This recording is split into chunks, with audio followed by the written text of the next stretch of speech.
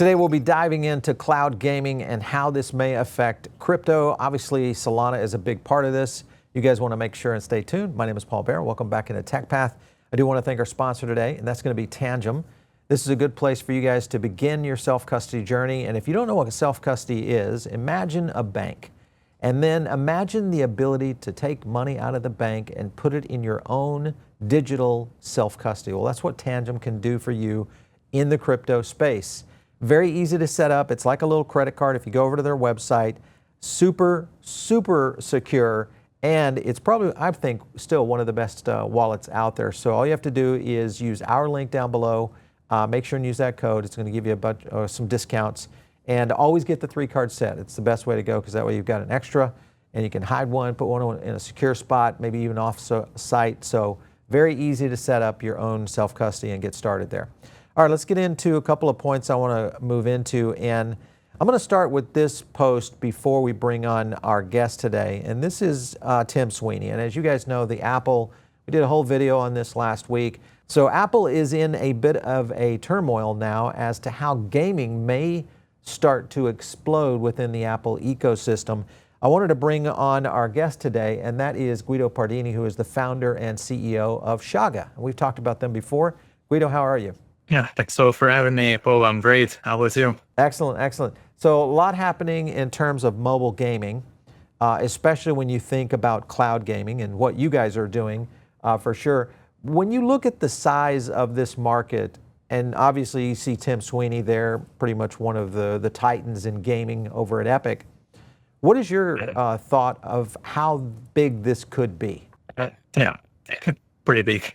If you look at like many estimates, like they say around 2030, the market should be worth between 80 to 120 billions. Like the thing is that it's always been a dream to game on a screen over your internet connection, right. Completely like outsourcing the compute to like the ether, the cloud, like whatever that is out there.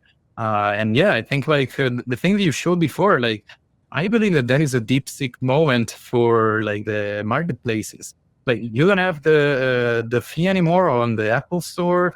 Yeah. I mean, think about what is going on right now in crypto with stable coins, lightning fast payments. You can just direct a link like outside of the app and just make the purchase going through, and you save the fees on the Visa and the MasterCard, and on top of that, you also save the fees on the store. Like, yeah, this thing is going to take off like dramatically. Well, and you have to look at the size of gaming in general. I mean, you're talking about billions of players and the potential to really kind of expand, especially from a cloud side of things. And we'll talk about that. But before I go there, Xbox, of course, Microsoft had a little bit of a faux pas. And they're talking about here in this particular post that the cloud gaming, not well done on Fortnite. So gameplay looks awful.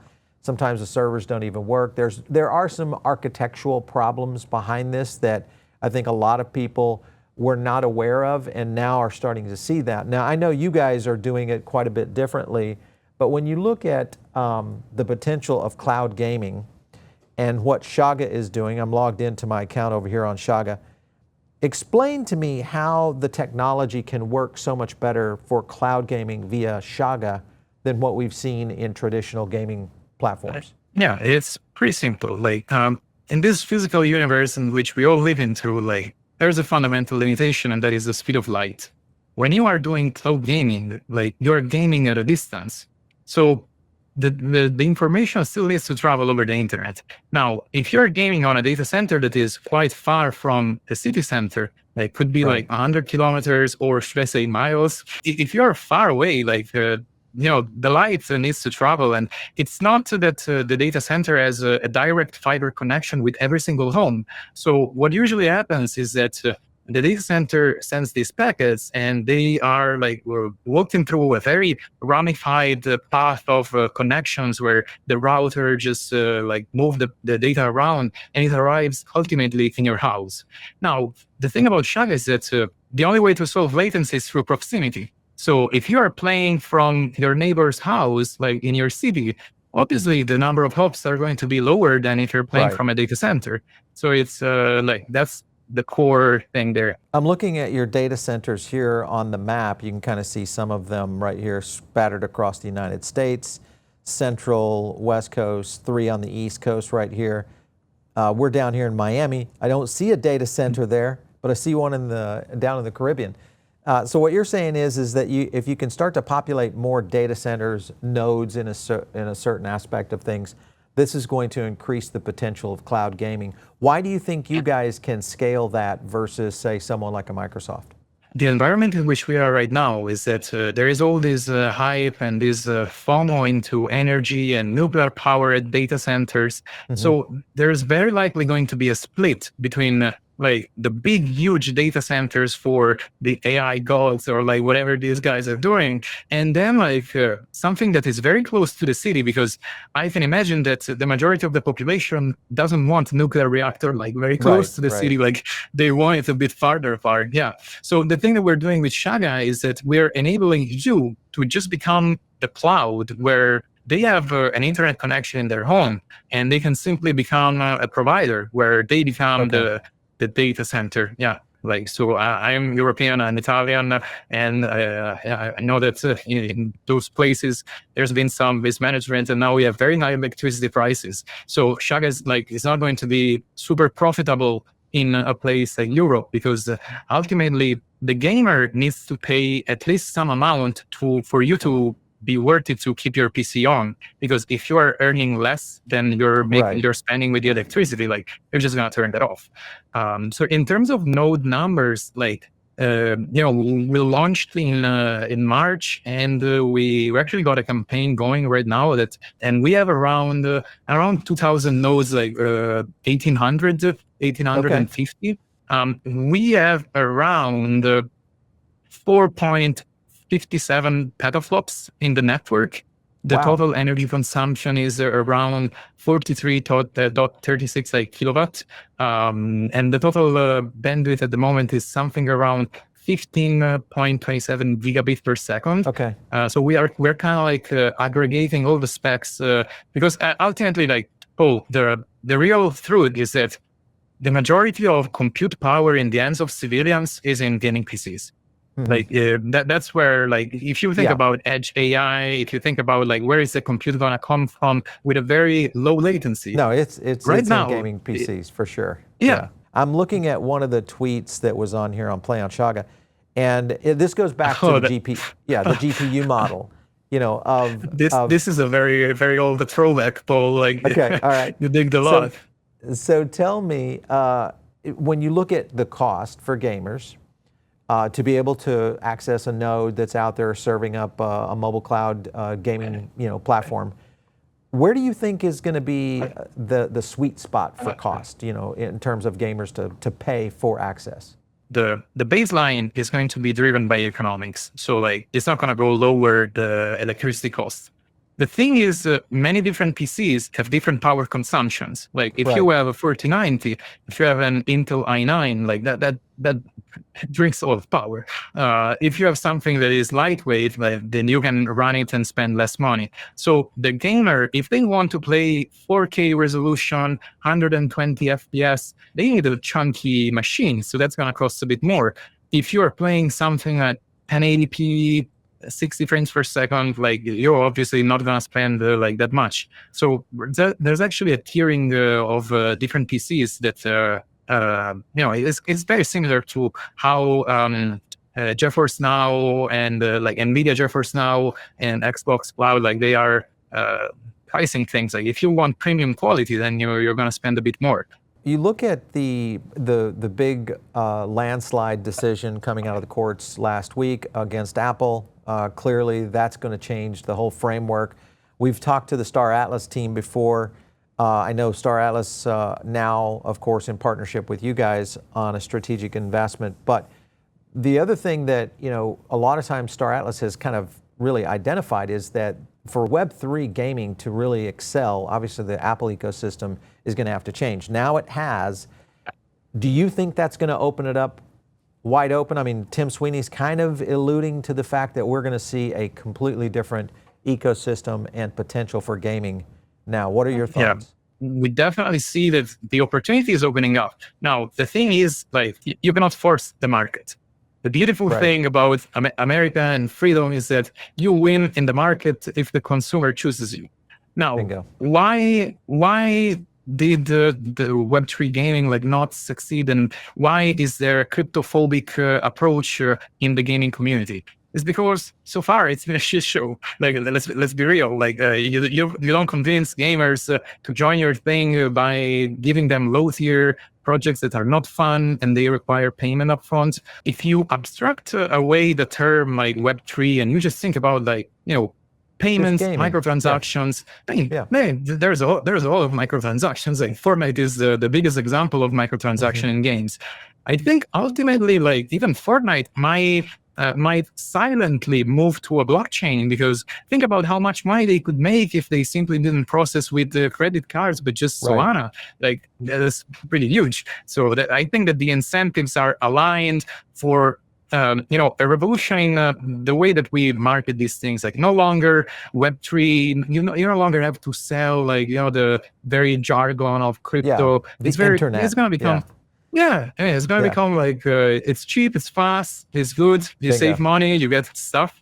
Let's talk about the Shaga device, Odyssey, and showing this on screen just to kind of showcase this is going to be designed for both handheld use, but also could be adapted to where it could function with a mobile device as well.